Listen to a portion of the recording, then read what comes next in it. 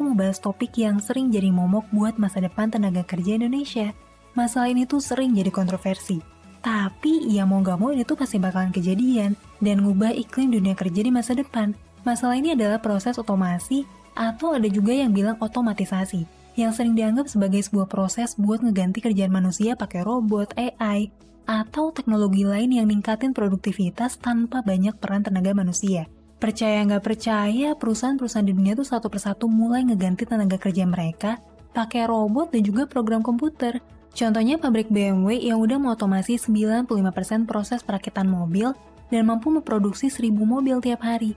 Terus ada juga nih gudang pintar atau smart building punyanya Amazon dengan robot yang bisa nyortir dan juga mindahin rak atau barang kiriman ke tempat yang ditentuin dengan lebih cepat, akurat, dan juga minim kecelakaan. Bahkan belakangan itu gudang Amazon udah beli 10.000 robot baru buat ngejalanin operasinya. Ini tuh jauh lebih banyak daripada perekrutan karyawan yang cuma 1.000 pekerja baru. Kita bisa lihat nih, tren ngeganti tenaga manusia ke tenaga robot dan teknologi lain tuh adalah sebuah fenomena yang terus meningkat tiap tahun. Cepat atau lambat, hal ini emang gak terhindarkan. Teknologi otomasi bisa bekerja dengan lebih efisien, akurat, dan bisa kerja non-stop. Gak bisa capek, gak bisa hilang konsentrasi. Jadi, hasil pengerjaannya tuh bakal lebih stabil. Dari semua kelebihan itu, akhirnya produktivitas yang dilahirin tuh jadi jauh lebih tinggi daripada manusia. Bahkan menurut analisis dari McKinsey, setengah dari aktivitas kerjaan di dunia tuh bisa diotomasi pakai teknologi.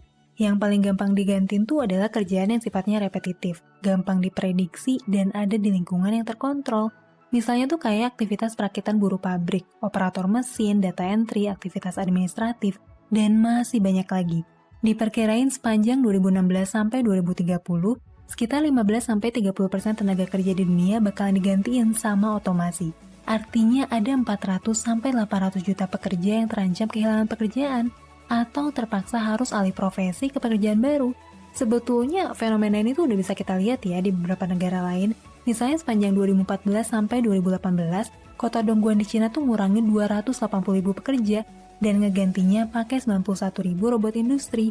Selain itu, Foxconn yang jadi manufaktur iPhone di Cina sepanjang 2012 sampai 2016 udah ngeganti lebih dari 400.000 pekerja pakai puluhan ribu robot.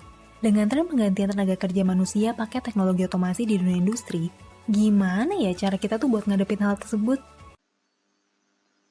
Mau dapat komisi gampang cepat 95.000 per rujukan? Anda akan terima komisi Rp95.000 untuk tiap orang yang Anda kirim ke situs ini yang lalu membayar akses seharga Rp195.000 ke e-book dan videobook berjudul Peta Jalan Anda Menuju Uang di 2020-an karya Mark Joyner. E-book 158 halaman terilustrasi penuh dan 6 videobook berdurasi total 3 jam 40 menit. E-book dan videobook ini akan memberi siapapun kemampuan untuk melihat medan perang bisnis atau ekonomi saat ini hingga 2050. Kemampuan yang merupakan satu-satunya ciri khas pembeda seorang pemimpin. Mereka yang menyimak lalu mengambil tindakan atas ilmu ini akan bisa bertahan, bahkan sukses di era transisi kacau ini. Mereka yang tak memiliki atau mengabaikan ilmu ini bisa menemukan bisnis atau pekerjaan mereka kandas, bahkan hilang besok. Komisi Anda dibayarkan tiap hari. Cukup bagi link dan teks promo seperti ini ke kawan, kerabat, atau di semua medsos Anda. Jika contohnya tiap hari Anda mengirim 10 orang yang membayar e-book plus videobook, tiap hari Anda menerima Rp950.000 di rekening bank. Komisi sangat besar untuk kerja sangat gampang dan cepat. Mulai terima Rp95.000 per rujukan dengan mendaftarkan diri gratis ke terobosan.biz.id. Hanya untuk mendaftar ini, Anda bahkan bisa mengakses dan mengunduh gratis e-book plus videobook berjudul Ujung-Ujungnya Duit, Ilmu Gampang Tentang Uang, karya Mark Joyner.